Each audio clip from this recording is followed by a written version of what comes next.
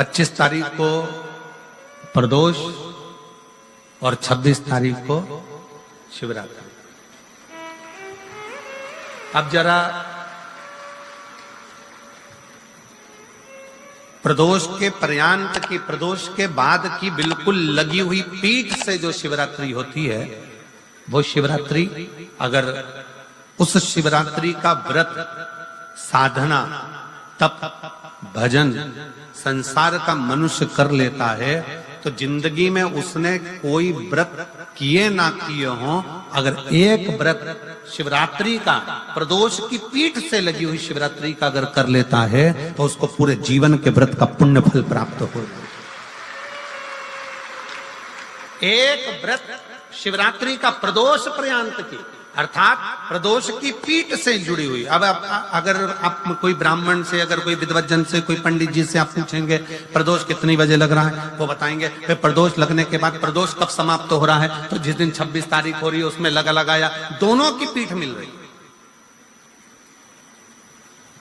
दोनों।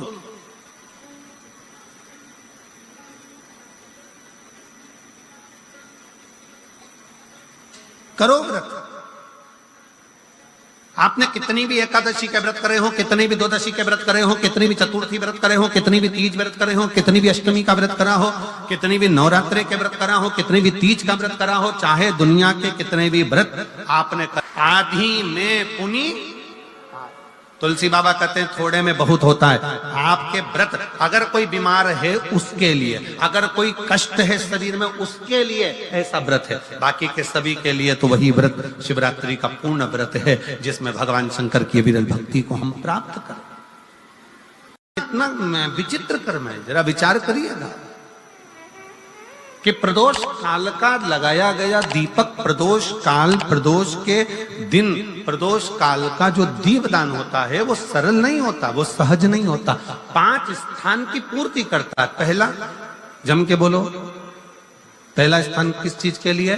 काल सर्पदोष के लिए। दूसरा पितृदोष, कैसा भी तुम्हें कोई पितृदोष बता दे, कितना भी तुमसे कोई कह दे कि तेरे घर में पितृ का दोष है, तेरे घर में ये दोष है, अगर आप प्रदोष के दिन, प्रदोष काल में, अर्थात सूर्य अस्त के समय के 2:45 तक का जो समय होता है, 2 घंटे के समय का, उसके अंतर्गत अगर आप प्रदोष काल के समय में भगवान शंकर को दीप लगाने के लिए अगर पहुंचे हो तो वो आपको फल देगा ही, पितृदोष का निवारण होगा ही, चाहे तुम कुछ करो चाहे मत करो, और पितृ की शांति करा दे। दूसरे नंबर पर है पितृदोष, तीसरे नंबर पर है वास्तु दोष। हमारे घर का, अब एक बहुत सावधानी से श्रवण करना, वंश की वृद्धि नहीं है। 30 वर्ष शादी के हो गए, 40 वर्ष शादी के हो गए और औलाद है ही नहीं। डॉक्टर ने भी हाथ ऊंचे कर दिए, टेस्ट पे भी करवाया, IVF करवाया, सब कुछ तुमने करवा लिया, तो भी औलाद नहीं है।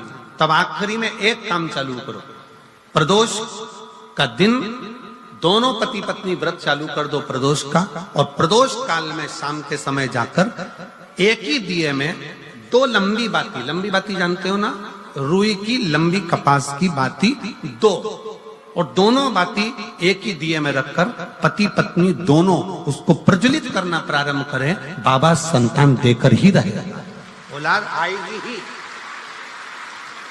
दीप की जो बाती में अंतर आ जाता है, एक गोल बाती में और लंबी बाती में अंतर आता है, बहुत अंतर आता है। पितरों के लिए गोल बाती का प्रयोग बहुत कम होता है महाराज, देवी जी के लिए, माता रानी के लिए, जगत जननी के लिए गोल बाती का प्रयोग बहुत कम होता है महाराज, ध्यान रखिएगा।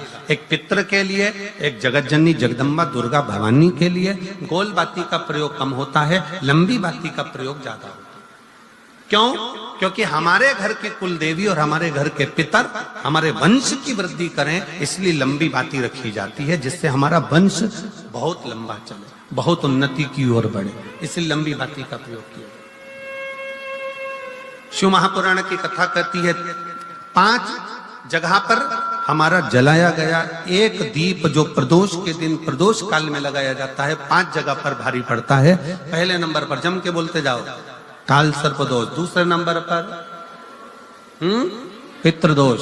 तीसरे नंबर पर घर का वास्तु दोष। हमारे घर में कितना भी वास्तु दोष है, कोई ने कह दिया यहाँ बाथरूम नहीं बनना थी, यहाँ पर शौचालय नहीं बनना था, यहाँ सीढ़ी नहीं बनना थी, वो सीढ़ी वहां बनना थी, ये सीढ़ी वहां बनना थी।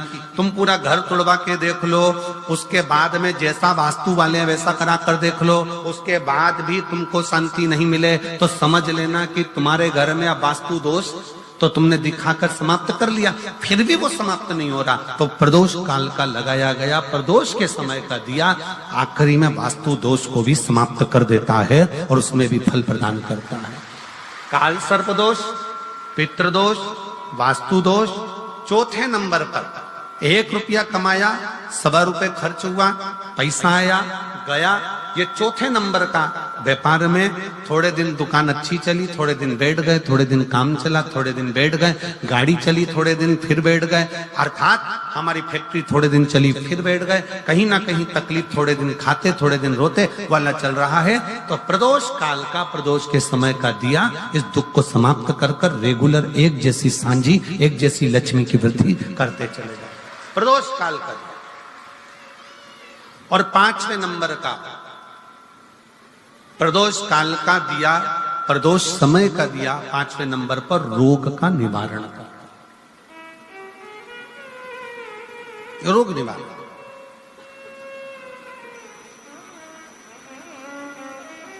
ये 5 स्थान जो बताए गए हैं प्रदोष काल के दिन, प्रदोष के दिन दीप प्रज्वलन के। और अब की बार की जो शिवरात्रि आ रही है, बाबा देवाधिदेव महादेव की बड़ी कृपा है उस पर, बहुत करुणा। 25 तारीख को प्रदोष और 26 तारीख को शिवरात्रि। अब जरा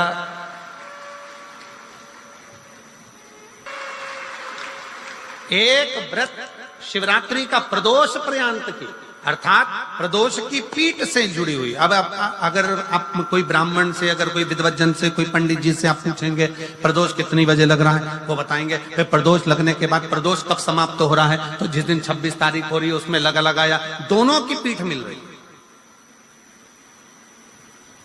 दोनों।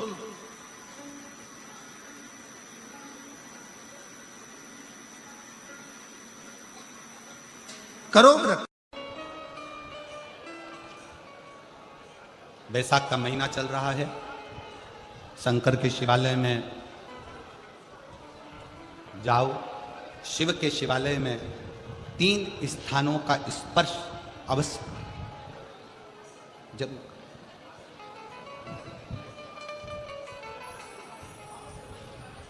किसी मंदिर में शंकर जी के शिवलिंग को छूने नहीं देते, जैसे दक्षिण साइड में, साउथ में, तो अपने ही घर में जो शिवलिंग है उसके 3 स्थानों का स्पर्श अवश्य समझिए।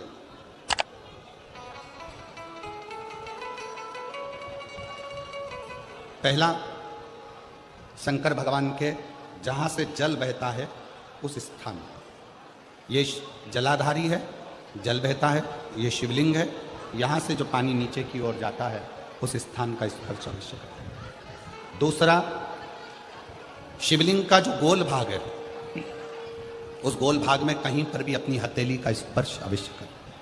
तीसरा, शंकर भगवान के शिवलिंग का जो ऊपर का भाग है वहां अपने अस्त्र का स्पर्श अवश्य करें। तीनों स्थान पर ब्रह्मा, विष्णु और महेश का स्मरण करते हुए जब बैसाख महीने में आप शंकर भगवान को जल समर्पित करें।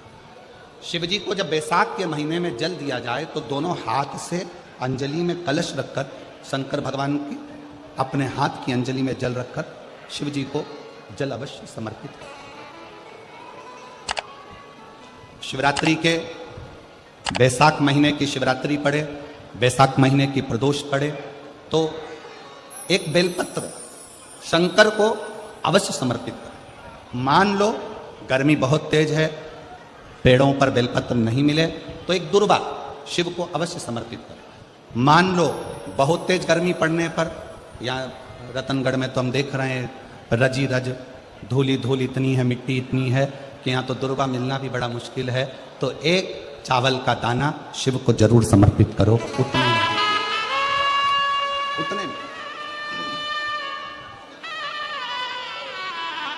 और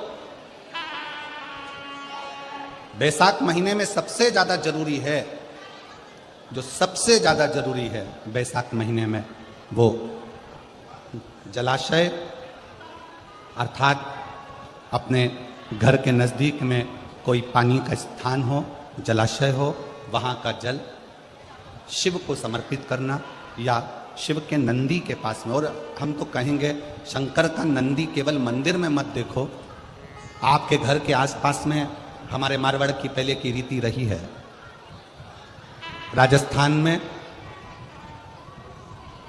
बहुत सालों पहले, जब लगभग 19 से 20 साल पहले हम फलोदी में आए थे, 20 साल पहले, और 20 साल पहले जब हम फलोदी में आए थे राजस्थान में, तो हमने उस फलोदी राजस्थान में देखा था कि प्रत्येक घर के बाहर पत्थर का एक छोटा सा कुंडा जैसा होता। दो चीजें हमने फलोदी राजस्थान में प्रत्येक घर के बाहर 20 साल पहले देखी थी। एक इतना बड़ा कुंडा पत्थर का जिसमें लोग भोजन रख देते हैं, और एक बड़ा सारा कुंडा जिसमें लोग पानी भर देते हैं, जिससे चिड़िया, पशु, पक्षी, गौ माता सब उस पानी को पीती रहे और आपका और हमारा कल्याण होता रहे। इस भाव से प्रयास करो। शिव जी को तो जल समर्पित करो,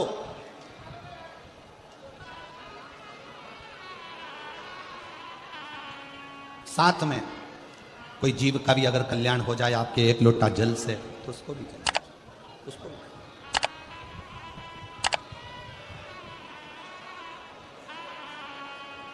शंकर